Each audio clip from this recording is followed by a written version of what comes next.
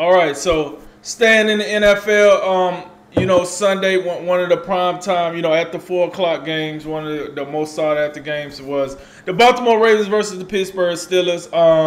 That game ended on a failed 2 point conversion by from Lamar Jackson to Mark Andrews, and that failed, and the Steelers end up winning 20-19. So, Jay,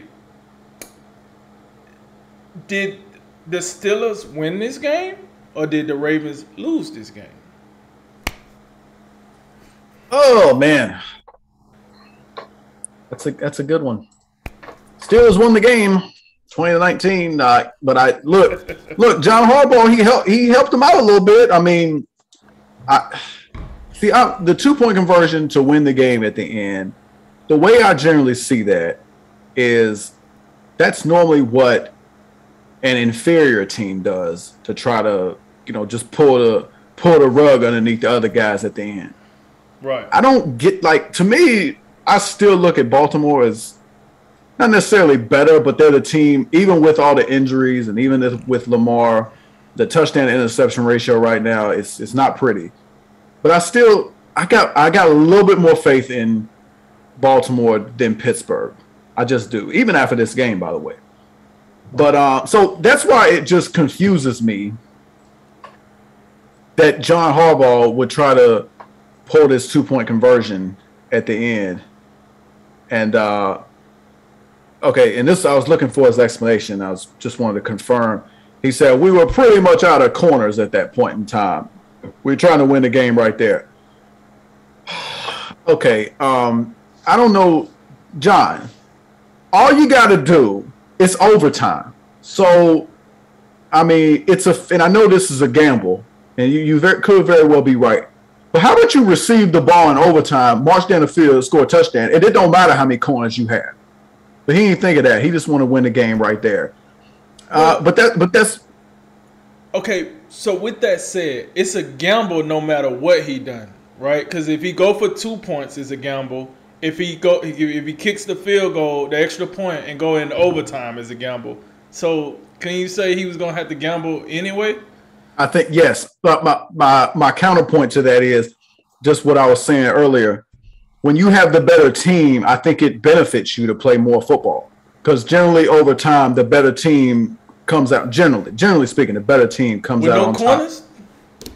I don't know. You have the better team? I don't know. I feel like that's somewhat of an exaggeration. He had no corners. Was Anthony Averett not there? I know he lost Humphrey. I get all that, but something tells me like you could have done something else. And I mean, it's the Steelers. Like, is it not beyond the pale of the imagination to have Big Ben come out there and just throw a couple of ducks? I mean, it's not like it's Big Ben at the age of I don't know, almost 40, whatever it is. This ain't the Big Ben from 10 years ago when he was winning Super Bowls. It's just not. So I think, I understand his way of thinking to a point. And to his credit, by the way, it almost worked. I mean, Lamar was just a hair off target on the pass. But I didn't love the call. I think when you're the better team, even with no corners, I think it would have. I think if Baltimore goes into overtime, they still have a great chance of winning. And they had just the momentum had just turned in the game. It looked like Pittsburgh was going to win the game. Lamar takes him on a really nice drive, hits Watkins for the touchdown, and then it's Justin Tucker, so he's going to tie the game for you. This was a somewhat of a bad loss for Baltimore. Baltimore's been in these type of games all year. They've had going back to the beginning of the season when they had the Raiders, they should have beat them, and then the very next week the Chiefs should have beat them, and then that was I think Edwards-Helaire couldn't hold on the ball. They've just been in these close one-score games pretty much the entire year. I think it's getting to a point now that they're gonna fall back to the pack just a little bit. I don't think you can win by the skin of your teeth every single week. And I think that's what happened this week. And just you gotta think about it. You go back a couple weeks to the Miami game. I think Miami and Brian Flores kind of showed teams what they can do against Lamar Jackson. And I think maybe, it might be the natural inclination is to just sit back and try to play zone and try to rally and tackle Lamar Jackson if he takes off. Brian Flores bucked that trend. He said, you know what? We just going to go, everybody going to go to the line of scrimmage and we just going to attack. We're not going to rush everybody all the time, but there are going to be a lot of times where we're going to run a cover zero blitz and we're coming to get you. And we just going to put the pressure on Lamar Jackson to see if he can get the ball out early. Drink, he just hasn't been able to do that. He just ain't been able to do it. And then in this game, it was less, I don't think it was so much the Pittsburgh blitz, but I mean, these guys led by TJ Watt just made it happen. I mean, 3.5 sacks. This guy's got, I don't know, he's got like 14 sacks maybe already, something crazy. He's got to be up there for Defensive Player of the Year. And the Pittsburgh defense, you saw this a couple weeks ago, or maybe it was last week, not too long ago. But they had TJ Watt out, Joe Hayden out, Minkah Fitzpatrick out, and they got the last 2 games were not pretty for this defense. You still didn't have Hayden, but you get TJ Watt, you get Minkah back, and you see what a difference that made to this defense. And Pittsburgh's offense wasn't great. It wasn't great for the better part of this game, but they ended up doing enough. Deontay Johnson, I think he's a guy, might be one of the more underrated receivers in football. He had a big game, 100 yards, 2 touchdowns. And, we talk about the offensive line of Pittsburgh. They getting a little bit better each and every week, trying to, get that chemistry going because they had a lot of turnover in that offensive line last year with Villanueva, Pouncey, DeCastro. And, Pittsburgh, this was kind of the one thing I would say to where, and I think both of us had Pittsburgh in this game, it just felt like after 2 weeks of just looking god-awful, one thing we know about the Steelers, they're not going to finish below 500. They're not going to come out here and make fools out of themselves because Mike Tomlin is one of the best coaches in football. And that's what this game kind of felt like. Kind of felt like a last stand at home, division rival who most people probably think is better than Pittsburgh. And Pittsburgh comes into this game, a very classic rivalry game. I think it's the best rivalry in football. And they just made it happen. I mean, Big Man made some clutch plays down the stretch. They needed the defense they needed to make one play to hold on at the end. John Harbaugh assisted them. He did by that 2-point call. But even so, I think Baltimore still is in a little bit more in a better position because they're still a game and a half up. But it's just, look, it's the AFC, just like we was talking about the last segment. I mean, we don't know. I mean, this game might catapult them back into, being somewhat of a contender. It's definitely going to, they got the tiebreaker with Baltimore right now. In the AFC North right now, Baltimore 8-4, Cincy 7-5, Pittsburgh 6-5-1, and Cleveland, shockingly in last place at 6-6, is still up for grabs right now, even for Cleveland. Bag Cleveland up. Put the brown paper bags y'all used to have back in the day. Bring them back. Listen, I'm gonna go straight to the point about the 2-point conversion. I, for one, I thought it was an aggressive call. I liked the call because even if he didn't give the no cornerback thing, I agree with you. When you're the better team, you don't go for that. I don't necessarily know if Baltimore was the better team at that moment, though. Even without the cornerback issue, I don't know because Lamar Jackson and they so up and down. I don't know because when I look at that, right, when I'm looking at Baltimore offense against Pittsburgh's defense, I think Pittsburgh defense is the better unit on the field at that time. So I think you go back, you say, listen, we draw up our best 2-point play. And let's try to win this now and put the pressure on the Steelers to close it out. And, unfortunately, you don't get it. You don't get all the breaks. And even though they didn't get the 2-point conversion, I don't think it's a bad call. Get it over with. Because clearly, as the head coach, you feel like you have a major deficiency going into overtime. And that's why you're trying to avoid it. Because we go into overtime, we're definitely going to lose. Let's try to win it now. I'm not mad at that, but I do agree with what you said. When you're considered the better team, you shouldn't put yourself in that harm. You got the best kicker in the NFL, probably gonna go down as the best kicker in NFL history if he keep kicking the way he's kicking.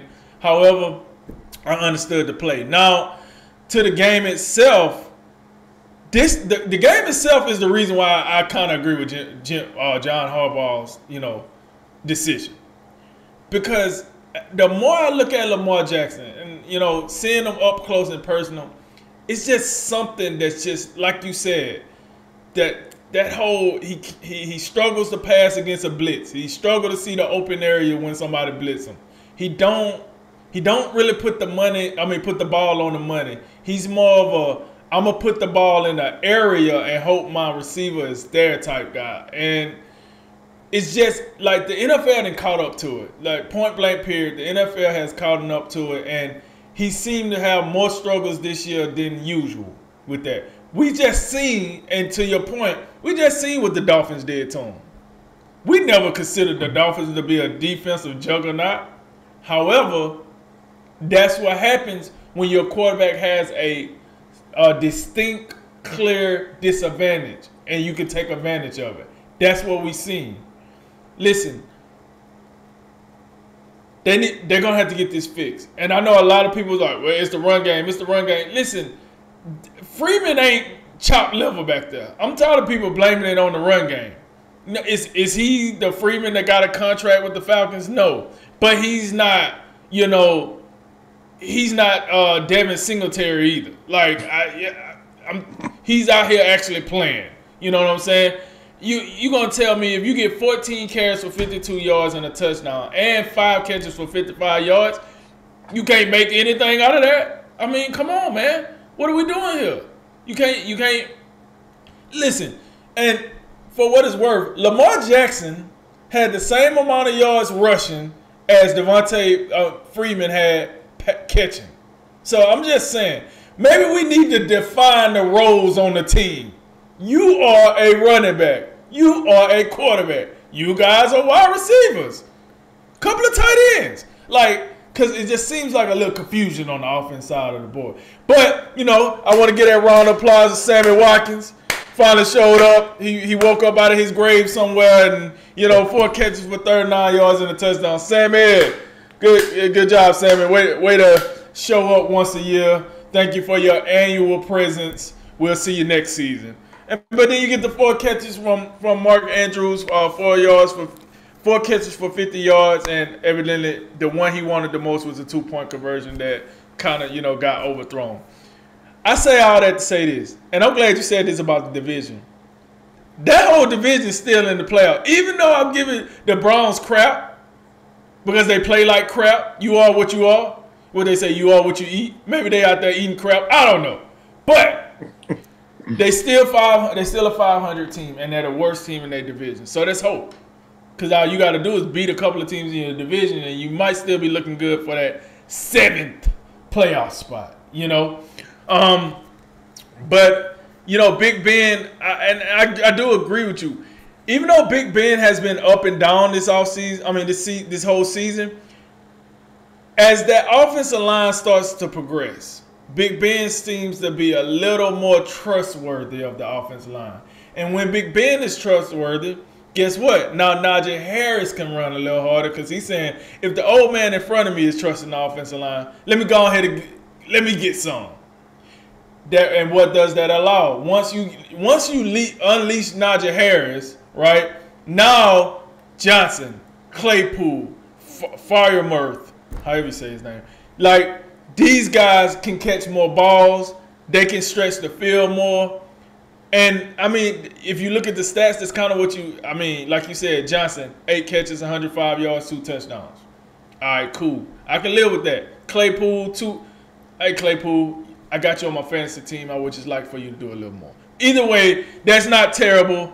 But from a personal standpoint, I expect excellence. So, they got enough. They have a good, I ain't talking about defense. Defense look like they back on they grizzly right now. They back on the grind doing what they do. And this is a playoff team. The Pittsburgh Steelers is a playoff team. Whether we say Big Ben is old and slow, which that is true, but they're still a playoff team. I think especially in the AFC. We talk about how the AFC is just a flop show. You can't tell me the Steelers is not a playoff team if the whole conference is a flop show. Like, my guy, Mac Jones, rookie, leading that conference. So, yeah, I'm definitely going to say Pittsburgh is a playoff team at this point. And for the Ravens, man, like, listen, as far as this game go, I personally think the Steelers did win the game because of the pressure that the Steelers was applying on the Ravens. I think that had something to do with John Harbaugh saying, let's go for 2. Because he felt in his heart like, yeah, I know he's saying about the cornerback thing, but I think he felt like we could lose this game in overtime, so let's try to do it now. It did not work, so they lost it in regulation. So they saved everybody some time because it didn't go into overtime. Let's just call it what it is. But at the end of the day, I think the Steelers won the game more than the Ravens lost, but the Ravens going to have to get it together, man. This is not going to be – you can't win like this. And it's about that time that Lamar Jackson wins something, and he's not going to win like this. So they're going to have to figure some things out in Baltimore. One quick note, since, at this point, Pittsburgh, they look like a team that can sneak into the back end of the playoffs, be that final wild card. The thing I just want to bring to everyone's attention, there's only 3 teams in the AFC who have fewer than 6 wins, and that's the Jets, Jaguars, and Texans. Everybody else has 6 wins or more. 12 of those 13 teams are 500 or better. You got Miami at 6-7. You got Denver, Cleveland, and the Raiders at 6-6. Indy is 7-6. Pittsburgh 6-5-1. All of those teams would be out if the playoffs started today. Your wild cards would be Buffalo, Cincy, and the Chargers, and you'd have New England, Tennessee, Baltimore, and Kansas City. So some of these teams, like, we still viewing them as kind of playoff material. Like even Cleveland at 6-6, we know they got plenty of talent and they should be better than what they are. But there's going to be some solid football teams that get left out of this. Even Miami, as hot as they are with 5 straight wins, they're still out of 16 teams and 13. They if they want to make the playoffs, they got to keep rolling.